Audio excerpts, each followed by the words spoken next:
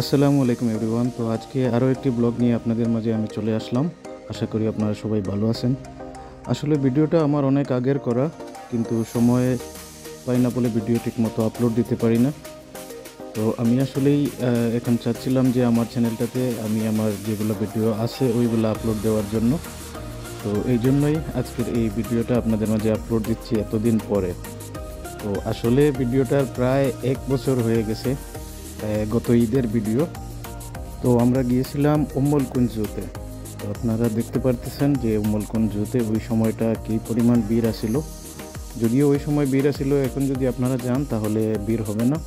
তো ওইখানে একটা জিনিস, অ্যাডাল্টের জন্য টিকিটের দাম আছে, ইনফ্যান্টের জন্য টিকিটের দাম ওরা রাখে। তখন আপনাকে যদি প্রশ্ন করে বলবেন, আপনার সাথে যদি ইনফ্যান্ট থাকে তাহলে বলবেন যে 2 বছরের নিচে। কারণ আমার মেয়ের বয়স তখন 2 বছরের নিচে ছিল, তারপরেও ওরা চার্জ করছিল। এইটা প্রথমেই শুরুতে একদম এন্ট্রান্সে আপনি দেখতে পাবেন বাঘের খাঁচা, বাঘ মামা হালুম করতেছিল। তো আমি ইনায়াকে নিয়ে চলে আসলাম আরেকটি খাঁচার দিকে। এখানে জিরাফ, ছাগল, হরিণ এই ধরনের অন্যান্য পশু ছিল। তো আমরা এই যে আমি দেখতে পারতেছেন যে আমি খাওয়াচ্ছি, ওইটা আমরা কিনে নিয়েছিলাম ওইখান থেকে, জু থেকে। এগুলো আপনি কিনে নিতে পারবেন, কিনে নিয়ে আপনি খাওয়াতে পারবেন এই প্রাণীগুলোদেরকে। তো ইনায়া ব্যাপারটা খুবই এনজয় করতেছিল, আমিও এনজয় করতেছিলাম, আর ইনায়ের আম্মু ভিডিও করতেছিল।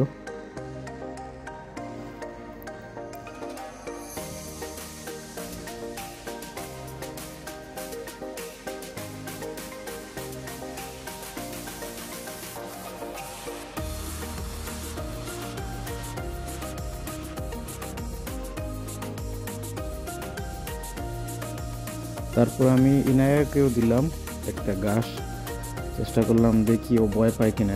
কিন্তু দেখলাম যে ও তো কোনো ধরনের ভয় পাচ্ছে না, উল্টা আরও এনজয় করতেছে। এবং আপনারা পুরো ভিডিও জুড়ে দেখবেন এই পশু পাখির আশেপাশে ইনায়া সবসময় এই ঘাস খাওয়ানোর চেষ্টা করতেছিল। ওই যে ওইটা খায় নাই, আসলে ঘাস শেষ হয়ে গেছে, তো মুখ ফিরিয়ে নিছে, এই জন্য সে আবারও চেষ্টা করতেছে যে ওইটাকে, হরিণটাকে খাওয়ানোর জন্য।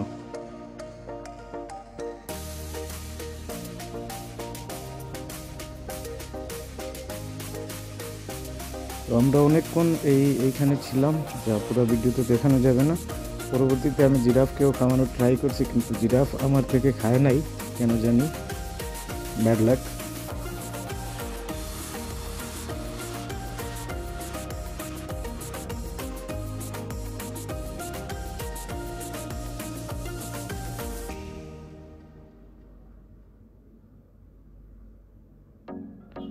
তো ইনায়াও ছুটোছুটি করতেছিল যে হরিণ আছে, ছাগল আছে, এগুলাদেরকে খাওয়ানোর জন্য।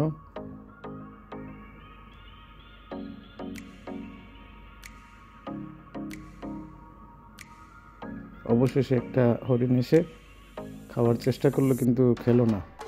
ইনায়া আবার আপসেট হয়ে গিয়েছিল। যাই হোক, পরবর্তীতে ভিডিওতে আমি দেখাবো, আমরা অন্যান্য কেজগুলোতেও গেছি, ওইখানে গিয়ে তারপর ইনায়া আবার আরও অনেক এনজয় করছে। যারা শারজাতে অথবা দুবাইতে থাকেন তারাও ইজিলি উম্মুল-কুইনে আসতে পারেন। যদিও উম্মুল-কুইন স্টেটটা ইউএইতে এত পরিচিত না, কিন্তু উম্মুল-কুইনে আপনারা গেলে ওইখানে সাগর পাড়ও আছে। ওইখানে আমরা একটা জায়গায় গিয়েছিলাম জুয়ের পাশে, ওইখানে জেলেরা মাছ ধরে, ফ্রেশ মাছ পাওয়া যায়, আরও অনেক কিছুই আছে। তবে যেহেতু আমিরাতের মধ্যে দুবাই, শারজা, আবুধাবি এইগুলাই সবচেয়ে বেশি জনপ্রিয় শহর, এরপরেও খরফাক্কান, ফুজিরা, উম্মুল-কুইন, রাসল খাইমা, এই এরিয়াগুলো অনেক সুন্দর। এইগুলোতে গেলে আপনি একটা ডিফারেন্ট ভাইব পাবেন, কারণ শারজা এবং দুবাই সুন্দর, আর্টিফিশিয়াল। দুবাই মোটামুটি আর্টিফিশিয়াল সব কিছুই। শারজাতে অনেক জায়গা আছে, ম্যানগ্রোভ ফরেস্ট আছে, অনেক জায়গা আছে। উম্মুল-কুইনের মধ্যে সবচেয়ে জনপ্রিয় এই জুটা, আর উম্মুল-কুইনের একটা বিচ আছে, কাইট বিচ, ওইটা। তো আমি চেষ্টা করতেছিলাম জিরাফকে অ্যাপ্রোচ করার জন্য, কিন্তু জিরাফ মামাও আমাকে কেন জানি ইগনোর করে চলে গেল।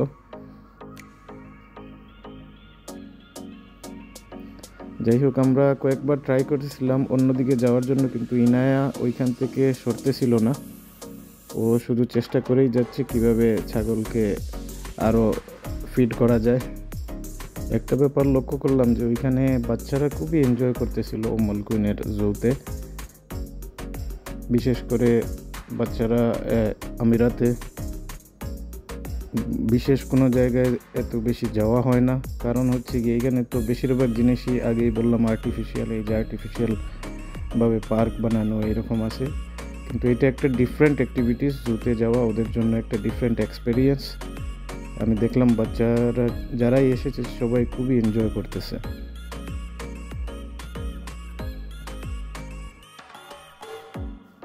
এরপরে আমরা আবারও চলে গেলাম বাঘের খাঁচার দিকে। যাওয়ার সময় ভাবলাম ইনায়াকে আর একটু দেখিয়ে যাই, কারণ এই বাঘের খাঁচা আর এই জিরাফের খাঁচাটা হচ্ছে কি এন্ট্রান্সের দিকে। তো এরপরে আমরা এখানে 5-10 মিনিট বসে চলে গেলাম এই ছোট্ট ছোট্ট কুকুরছানার খাঁচার পাশে। এইগুলাকে দেখতে অনেক কিউট লাগতেছিল।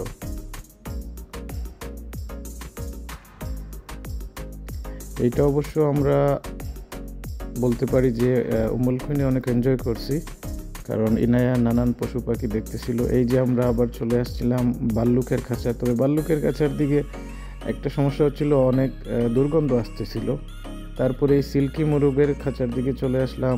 এখানে আবার অ্যালবিনো লায়ন ছিল, সিংহ, সাদা সিংহ। তো সাদা সিংহ খুবই রেয়ার, আপনারাও জানেন। তো ইনায়া দেখতেছিল, কিন্তু ও বারবার ছটফট করতেছিল আবারও ওই জিরাফের খাঁচায় যাওয়ার জন্য।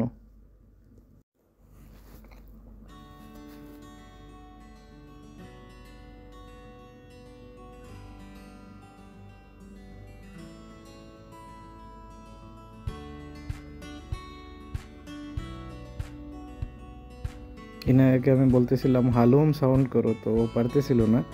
ও আসলে হঠাৎ করে এতগুলো অ্যানিমেল দেখে অনেক অবাকও হচ্ছিল, অনেক খুশিও হচ্ছিল।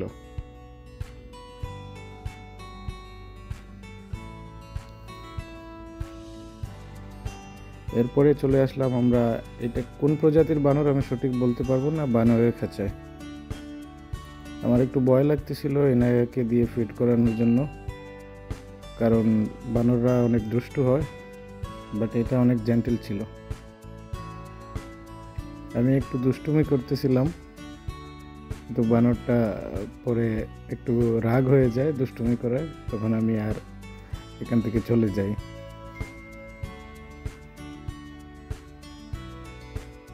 এরপর আমরা চলে যাই খরগোশের খাঁচায়। খরগোশগুলো অনেক শান্ত অ্যান্ড কিউট ছিল, ইনায়া দেখতেছিল। এখানে এসে ওই ছাগলের আর হরিণের খাঁচা বুলে খরগোশগুলোকে দেখতেছিল, কিন্তু গ্লাস থাকার কারণে ও ফিড করতে পারতেছিল না। ও ছোট মানুষ, আর আমিও আর ওকে দিয়ে ট্রাই করাই নাই, কিন্তু ও বারবার ওইদিকে যাওয়ার জন্য দেখতেছিল।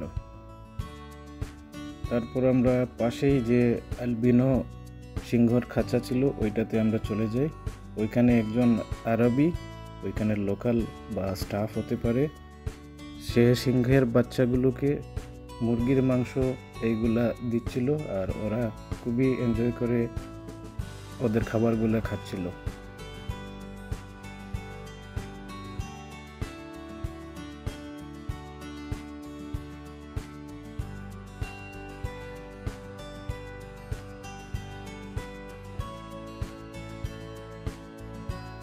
যাই হোক, এরপরে আমরা চলে আসি কুমিরের পন্ডের দিকে। কুমিরগুলো একদম নড়াচড়া করতেছিল না, ওরা রোদ পোহাচ্ছিল। তো ইনায়া তেমন একটা ওইখানে ইন্টারেস্টেড ছিল না। আবার ও আমাকে বায়না করে টেনে খরগোশের খাঁচার পাশে নিয়ে আসে, এবং ও ট্রাই করতেছিল যে ওকে আমরা যেন ভিতরে রেখে দেই। বারবার চেষ্টা করতেছিল যে কিভাবে ভিতরে যাওয়া যায়, রিকোয়েস্ট করতেছিল ইনায়া।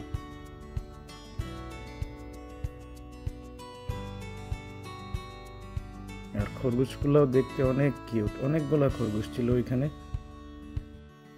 তারপর আমরা যাই আরেকটি বাঘের খাঁচার পাশে, ওইখানে আপনি বাঘের সাথে ছবি তুলতে পারবেন। তো আমি ওই রিস্কটা আর নেই নাই, তারপরে আমরা চলে আসি এই গাদার খাঁচার পাশে। গাদাকে আমরা গালি হিসাবে ব্যবহার করি, কিন্তু আসলে গাদা খুবই পরিশ্রমী হয়। একসময় এই মিডল ইস্টে বলেন আর অন্যান্য জায়গায় বলেন, গাদাই ছিল মেইন যানবাহন। মিডল ইস্টে হয়তো উটও ছিল যানবাহনের বিকল্প হিসাবে, গাদাও ছিল মালামাল পরিবহনের একটা উপায় ছিল, যখন গাড়ি ছিল না ওই সময়। তো গাদা এখনও আপনি যদি ওমান অথবা আমিরাতেও কোনো জায়গা, পাহাড়ি জায়গা যেরকম আমিরাতে খরফাক্কান আছে, ফুজিরা আছে, ওইদিকে গেলে দেখতে পাবেন এখনও এরা ওইগুলাকে, গাদাকে ব্যবহার করে অনেক কাজে। ওমানে বিশেষ করে আমি দেখেছি, অনেক গাদা দেখেছি যখন আমি ওমান গিয়েছিলাম, ওই সময় রাস্তার আশেপাশেও দেখেছি।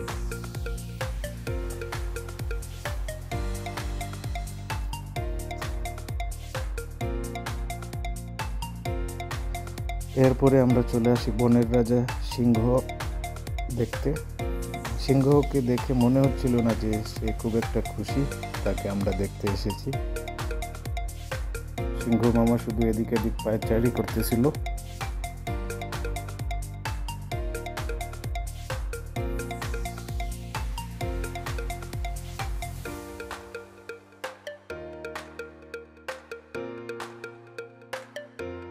এরপরে আমরা চলে আসি এই প্রাণীটার কাছে। এইটা হচ্ছে গিয়ে আরব আমিরাতের জাতীয় পশু। আমি সঠিক নামটা জানি না, তাই বলতে পারলাম না, দুঃখিত। তারপরে চলে আসি চিতাবাঘের খাঁচায়। আমি জানি না এরা কিভাবে এটা আবার চলে আসি আমরা হায়নার খাঁচায়। আর যেটা বলতেছিলাম, আমি জানি না এরা কিভাবে এই পশু পাখিগুলোকে যত্ন নেয়, কারণ এখানে তো অনেক গরম। আমার মনে হয় এই পশু পাখিদের জন্য কোনো না কোনোভাবে ঠান্ডা রাখার সিস্টেম আছে, এসির সিস্টেম আছে। যাই হোক, হায়নাগুলোর খাঁচার পাশে অনেক দুর্গন্ধ ছিল। তারপর আমি চলে যাই উট পাখিকে খাওয়াতে, কিন্তু উট পাখি খোলাই ছিল। পুরা জুটা উট পাখি এই পাশটায় ঘুরতেছিল খোলামেলা অবস্থায়। আমি কয়েকবার ট্রাই করি উট পাখিকে ঘাস খাওয়ানোর, কিন্তু ওটা আমার থেকে দূরে চলে যায়। তারপরে চলে আসি এই গুড়ার পাশে। গুড়াকে চেষ্টা করলে গুড়া খায়। ওই সময় আমার ঘাস শেষ হয়ে গিয়েছিল, তাই আশেপাশে যা পাইতেছিলাম তা খাওয়ানোর চেষ্টা করতেছিলাম, কারণ আবার কাউন্টারে যেতে হবে ঘাস কিনতে হলে। এই পাশটা একটু খোলামেলাই। আমি বাচ্চাটাকে খাওয়ানোর জন্য গেলাম, কিন্তু বাচ্চাটা খাইতেছিল না।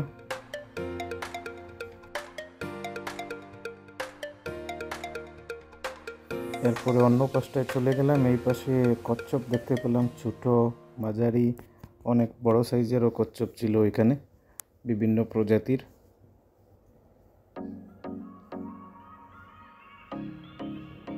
এই যে পানিতে যেগুলো দেখতে পাইতেছেন, এগুলো হয়তো পানির কচ্ছপ, আমি সঠিক জানি না।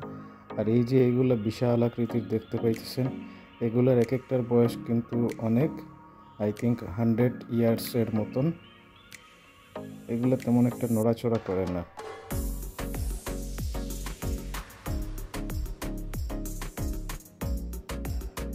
ইনায়াকে আমি দেখানোর চেষ্টা করতেছিলাম। ইনায়া সবসময় চেষ্টা করে খাঁচার ভিতরে যাওয়ার জন্য। আর আমি মনে করি যারাই বাচ্চাদের নিয়ে যাবেন সবসময় সতর্ক থাকবেন খাঁচার পাশে, কারণ বাচ্চারা চেষ্টা করে খাঁচার ভিতরে যাওয়ার জন্য বা হাত দেওয়ার জন্য। কোনো ক্ষেত্রে যেরকম বানরের খাঁচা আছে, এইগুলাতে কিন্তু অনেক সময় কোনো ধরনের দুর্ঘটনা হয়ে যেতে পারে, তাই বাচ্চাদের খুবই খেয়াল রাখতে হবে। এইখানে আবার দেখা যাচ্ছে এই বনমুরগ, বনহাঁস, আরও অনেকগুলা পাখি। বনমুরগগুলা ওই ঘাসের মধ্যেই লুকিয়ে থাকে, বাকি পাখিগুলো অবশ্য বাইরে। ওইখানে ভিতরেও যাওয়া যায়, আমি আর ওইখানে যাই নাই, কারণ ওইখানে ইনায়া তেমন একটা পছন্দ করে না। এটা আবার আপনারা দেখতে পাইতেছেন বাজ পাখি। আমি বুঝতে পারি না এটা কেন নড়াচড়া করে না। আমি চেষ্টা করলাম ওকে নড়াচড়া করানোর জন্য, তো সফল হয়েছি আমি অবশ্য। কিন্তু এটা অনেক রাগ দৃষ্টিতে আমার দিকে রাগান্বিত হয়ে তাকাচ্ছিল।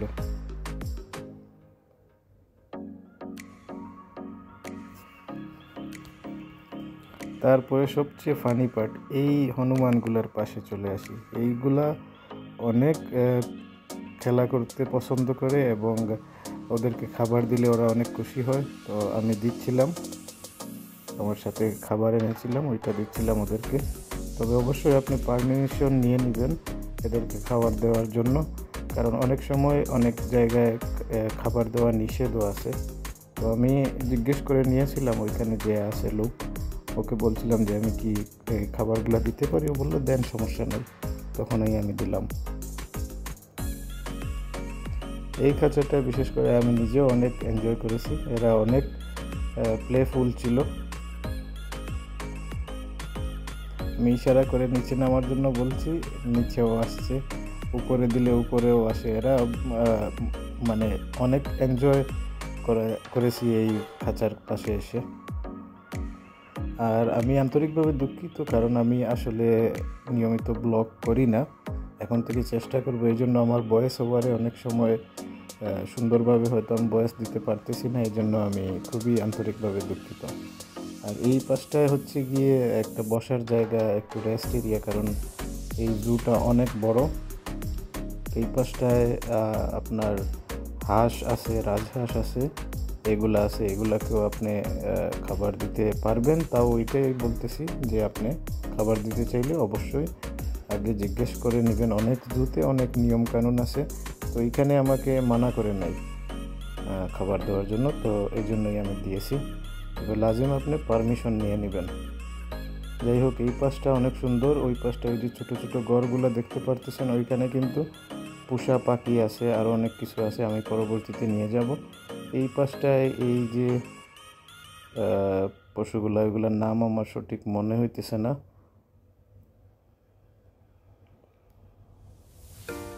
তো এগুলো অনেক কিউট দেখতে, আর এগুলো এমনিতে আসে দৌড়ে, কিন্তু খাবার খেতে চায় না। আমি একটু ঘাস দিয়ে দেখলাম যে ঘাসটা খাওয়ার আগ্রহ দেখাচ্ছিল। ভয়ও লাগছিল যে যদি কামড় দিয়ে বসে।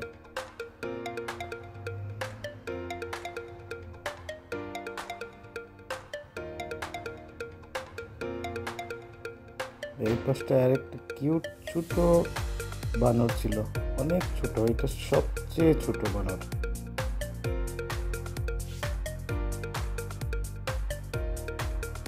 আমি বিশেষ করে এই ছোট বানর আর হনুমানের খাঁচায় অনেক এনজয় করছি। ইনায়াকে আনি নাই খাবার দেওয়ার জন্য, কারণ ইনায়া হয়তো আঙ্গুল ঢুকিয়ে ফেলবে, তখন আবার বাইট করতে পারে। বিশেষ করে এই ছোট বানরগুলো অনেক কিউট ছিল।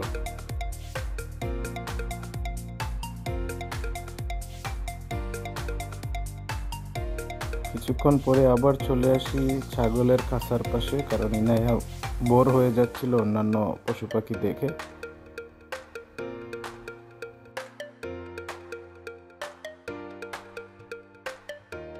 আর এই পাশটায় আপনি এই পাখিগুলাকে পেট করতে পারবেন।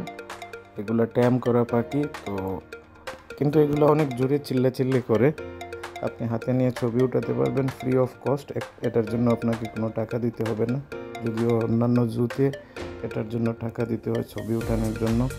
বা দুবাইয়ের যে জাতীয় পাখিটা আছে ঈগল, ওইটাও অনেক জায়গায়, অনেক মেলায়, অনেক জুতে আপনি ছবি উঠাতে চাইলে হাতে নিয়ে টাকা পয়সা দিতে হয়, কিন্তু এখানে দিতে হয় না। আমি কিছু সময় ইনায়ার সাথে ছুটি করলাম ওই বসার রেস্ট এরিয়াতে, কিন্তু ইনায়া দেখি ওই ট্রলির পাশেই চলে যাচ্ছে বারবার। হয়তো ওর টায়ার্ড লাগতেছিল, কারণ ওর ট্রলিটা আমরা গাড়িতে রেখে এসেছিলাম।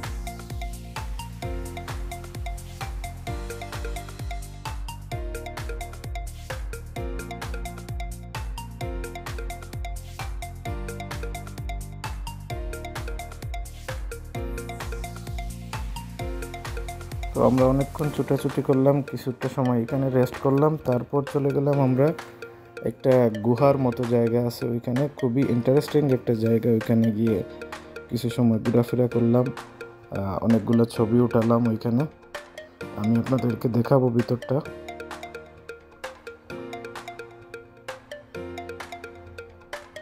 সম্পূর্ণ একটা গুহার মতন।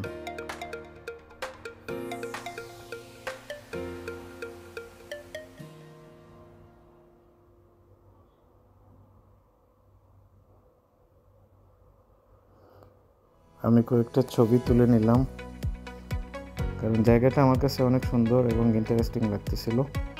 উপরটায় গিয়েছিলাম, কিন্তু উপরে এখনো মনে হয় কাজ চলতেছে, তেমন কিছু নাই ওইখানে।